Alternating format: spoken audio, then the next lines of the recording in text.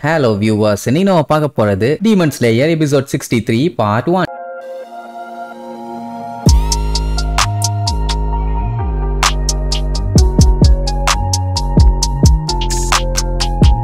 Open பண்ணா போன பாட்டுல யாரோ புகைய கிளப்பிக்கிட்டு சும்மா மாசா வந்தாங்கல்ல, அந்த ஜென்டில்மேன் வேற யாரும் இல்ல, கிபுட்சுஜி முசன் தான். கடைசியில களத்துல அவனே இறங்கிட்டான். அவனை ஒவ்வொரு ஆங்கிள் காட்டுவாங்க பாருங்க, அதுதான் வேற லெவலு. அவன் அப்படி வர்றது ககையாக்கு உடனே தெரிஞ்சு போச்சு. இவன் வர்ற சீனுக்கு மட்டும் எடிட்டர்ஸ் கிட்ட இருந்த எல்லா வித்தையும் மொத்தமா இறக்கி தாறுமாறா எஃபெக்ட்ஸ போட்டு வர வச்சிருப்பாங்க. பின்ன அல்டிமேட் வில்லன்ல அதுக்கு ஏத்த எஃபெக்ட் வேணும் இல்ல, அப்படியே பொடி நிறைய அவன் வைக்கிற ஒவ்வொரு ஸ்டெப்பையும் வளைச்சு வளைச்சு காட்டுவாங்கன்னு வைங்களேன். அப்படி ஒரு வழியா வந்து சேர்ந்துட்டான். ககையா அவரை பார்த்துட்டு நைஸ் டு மீட் யூ பாரு. அவன் பார்த்துட்டு நீ தான் உபயசிக்கியா அப்படின்ட்டு இப்பதான் இவங்க ரெண்டு பேத்துக்குள்ளேயும் கான்வர்சேஷனே ஸ்டார்ட் ஆகுது. சோ ஒரு வழியா வந்து சேர்ந்துட்ட. டீமனுகளுக்கெல்லாம் கடவுள் இப்ப என் கண்ணு முன்னாடி இருக்கான். உன்னை என்னோட டீமன் காப்ஸ் ஆளுங்க இங்க வர வச்சுட்டாங்க அப்படிங்கிற மாதிரி அவ்வளவு சந்தோஷம். பட் இப்ப என்னன்னா அவரால் அவன் எப்படி இருக்கான் என்னன்னு பார்க்க முடியாதுல்ல, அதனால அவனே கிட்ட அவன் என்ன ஷேப்ல எப்படி இருக்கான்னு விசாரிப்பாரு. வேற எப்படி ஒரு யங் மேனா 20 வயசுக்கு முன்ன பின்ன இருக்கான். கண்ணு கலர் பாத்தீங்கன்னா லைட் பிங்க் கலர். அதுல இருக்க பியூப்பிள் பாத்தீங்கன்னா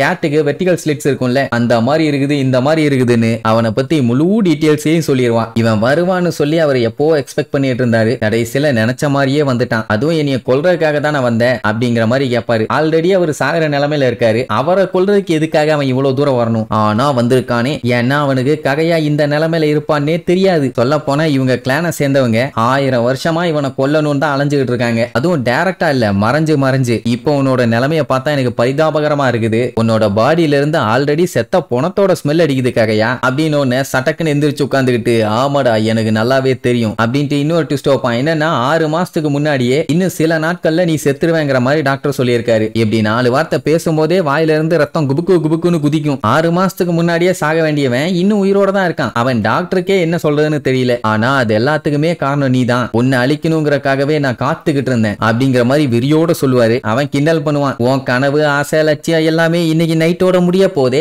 ஏன்னா நான் உன்னை இப்பவே கொல்ல போறேன், உன்னால எதுவுமே பண்ண முடியாதுங்கிற மாதிரி சொல்லுவான். ஒரு என்னப்பா சிரிப்பு மூட்டிட்டு இருக்க, நீயும் நானும் ஒரே பிளட் லைன்ல பிறந்தவங்க தான். என்ன நீ ஒரு 1000 வருஷத்துக்கு முன்னாடி பிறந்துட்ட, எங்களோட பிளட் லைன் அந்த அளவுக்கு திக்கா இல்ல. பட் அது எனக்கு பஞ்சாயத்து இல்லாமா. இப்ப என்னதான்டா சொல்ல வரேன்னு கேட்டா, இவனோட ஃபேமிலியாலேயே இவனு கிளானே சபிக்கப்பட்டிருக்குது. ஏன்னா இவன மாதிரி ஒரு மான்ஸ்டர் இருக்கிறாங்கிற ஒரே காரணத்துக்காக. அது மட்டும் இல்லாம இவங்க கிளான்ல பிறக்கிற ஒவ்வொரு குழந்தையும் சிக்காவும் வீக்காவும் தான் பிறப்பாங்க. சொல்ல போனா சில குழந்தைகள்லாம் சீக்கிரமாவே செத்துருங்க. சொல்ல போனா அவங்க குடும்பம் அழியிற நிலைமையில இருந்துச்சு. அதுக்கப்புறம் தான் ஒரு பிரீஸ்ட மீட் பண்ணி என்னாச்சு ஏதாச்சுன்னு அவர்கிட்ட கேட்கறப்போ அவர் என்ன சொன்னாரு, உங்களோட பிளட் லைன்ல இருந்து தான் ஒரு டீமன் ஒன்னு உருவாகி இருக்குது. நீங்க அந்த டீமனை கொன்னா மட்டும்தான் உங்களோட கிளானும் சரி உங்க ஃபேமிலியும் சரி சர்வைவ் ஆக முடியும், இல்லன்னா இதான் நிலைமைங்கிற மாதிரி சொல்லிட்டாங்க. அதுக்கப்புறம் அந்த வம்சாவளியில வந்தவங்க எல்லாம் என்ன பண்ணாங்க, பிரீஸ்டோட டாட்டர்ஸ மேரேஜ் பண்ணாங்க. அதனால என்னாச்சுன்னா குழந்தைங்க முன்ன மாதிரி சாகாம அளவுக்கு சர்வைவ் ஆயிட்டாங்க. ஆனா இதுல பஞ்சாயத்து என்னன்னா அவங்க ஃபேமிலியிலேயே 30 வயசுக்கு மேல யாருமே உயிரோட இருந்தது இல்ல. கிபுட்சுஜி முசனே பார்த்துட்டு என்னடா கதை விட்டுட்டு இருக்க, உன் டிசீஸ் என்ன மூளைய மழுங்கடிச்சிருச்சா, நீ சொல்ற கதை சுத்தமா ஒத்து போகவே இல்லையே. இந்த 1000 வருஷமா எக்கச்சக்க வேற அவன் கொண்டு குவிச்சிருக்கான். நான் இது வரைக்கும் காடு புத்தாடு யாரையுமே அவன் பார்த்தது இல்ல. அப்படி இருக்கும்போது டிவைன் பனிஷ்மெண்ட்னு எனக்கு எதுவுமே இல்லையே, அப்புறம் உங்களுக்கு இப்படி ஆகும் அப்படிங்கிற மாதிரி கேட்பான். ககையாவும் கேட்டுட்டு, ஓ நீ உன்னோட ஆங்கிள் இருந்து பாக்குறியா, சரி ஓகே, அந்த 1000 வருஷமா உன்னோட கனவு ஆசை லட்சியம் எல்லாமே என்ன? என் முன்னாடி டீமன்ஸோட தலைவன் வந்து நின்னுட்டு இருக்கான், ஆனாலுமே எனக்கு வெறுப்புன்னு ஒண்ணு இல்லவே இல்ல அப்படின்னு சொல்லிட்டு இருக்கும்போது சைல யாரோ பாட்டு பாடிக்கிட்டே விளையாண்டுட்டு இருக்காங்க. வேற யாரும் இல்ல, அந்த குட்டி பொண்ணுங்க தான். இப்பதான் கிபுட்சுஜிக்கு பயங்கரமான டவுட். ஏன்னா இந்த மேன்ஷன்ல மொத்தமாவே 4 பேர் தான் இருக்காங்க. ஒன்னு ககையா, அவனோட ஒய்ஃப் அமனே, அப்புறம் அவங்க குழந்தைங்க 2 பாடி கார்ட்ஸ்னு யாருமே இல்ல. இதையே நான் யோசிக்கலன்னு அதை பத்தி அவன் யோசிச்சுட்டு இருக்கும்போது, என்னப்பா முசன் பயங்கரமா யோசிக்கிறியா, நீ இப்ப என்னத்தை பத்தி யோசிச்சுட்டு இருக்கேன்னு நான் சொல்லட்டுமா? இட்டர்னிட்டி, இம்மார்டாலிட்டி, அதுதான உன்னோட ட்ரீம் அப்படின்னு.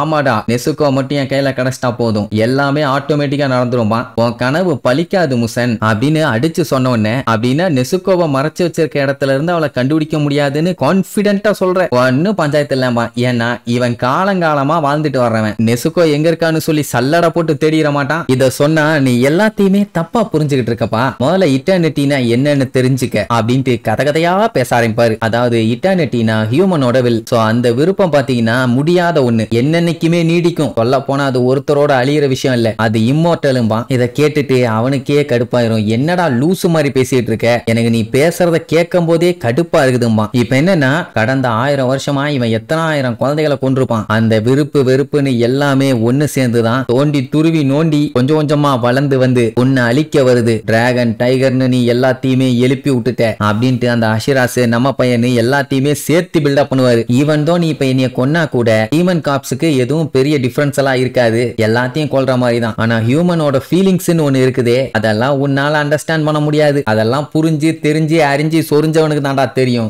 ஒருத்தனை மட்டும் கொன்னுட்டா போதும், இந்த உலகத்துல இருக்க எல்லா டீமனுமே அழிஞ்சு போயிடும். கரெக்ட் தானே அப்படின்னு அவனுக்கு இன்னும் கடுப்பாகும். இப்ப இவர் செத்தா கூட அது சும்மா போகாது. ஒரு டீமன் ஸ்லேயர் காப்ஸ் கூட பயங்கர பாண்டிங்கா இருந்திருக்காரு, மெயினா ஹஷிராஸ் கூட. இப்ப மட்டும் இவர் செத்தாருன்னா அது எரியற நெருப்புல எண்ணெயை ஊத்தி விட்ட மாதிரி. சொல்ல போனா டீமன் ஸ்லேயர்ஸ் எல்லாத்துக்குமே அது ஒரு பயங்கரமான மோட்டிவேஷன் ஆயிரும். அப்படி இப்படின்னு பேச ஆரம்பிச்ச உடனே அவன் கையை நீட்டி கொல்றதுக்காக ரெடி ஆயிட்டான். அவ்வளவுதான், பேசி முடிச்சிட்டியா, நான் உன்னை போட்டு தரலாமான்னு. எனக்கு தெரியும் நீ ரொம்ப நேரம் பேசுறத கேட்க மாட்டேன்னு, ரொம்ப நன்றி முசன்னு சொல்லிட்டு சாக ரெடி ஆகும்போது முசன் திடீர்னு ஷாக் ஆவான். அதே நேரம் மத்த அஷிராஸ் எல்லாத்துக்குமே தெரிஞ்சு போச்சு. அத்தனை பேரும் ககையாவோட மேன்ஷனை நோக்கி தான் ஓடி வருவாங்க. சரியான வெறி, ககையா இருக்க மேன்ஷனை அட்டாக் பண்ணிட்டு இருக்காங்க. அவருக்கு எதுவும் ஆக விடக்கூடாதுன்னு ஒக்காமக்கா அப்படி ஒரு பதட்டம், உள்ளுக்குள்ள அப்படி ஒரு வெறி. இவ்வளவு வெறித்தனமாலாம் இது வரைக்கும் எந்த ஒரு டீமன்ஸையுமே அவங்க வேட்டையானது இல்ல. மாஸ்டருக்கு ஒண்ணு அவங்களால தாங்க முடியல, அதனால அடிச்சு பிச்சுக்கிட்டு வர்றாங்க. சரி, இவ்வளவு வேகமா வர்றாங்களே, வந்தவங்க அந்த கிபுட்சுஜி முசன் கூட ஈக்குவலா நின்னு சண்டை போறாங்களா, இல்ல அவன் வந்த வேகத்திலேயே எல்லாத்தையும் அடிச்சு தெரிய விடுறானான்னு அடுத்தடுத்த எபிசோட்ல பார்க்கலாம். டாடா.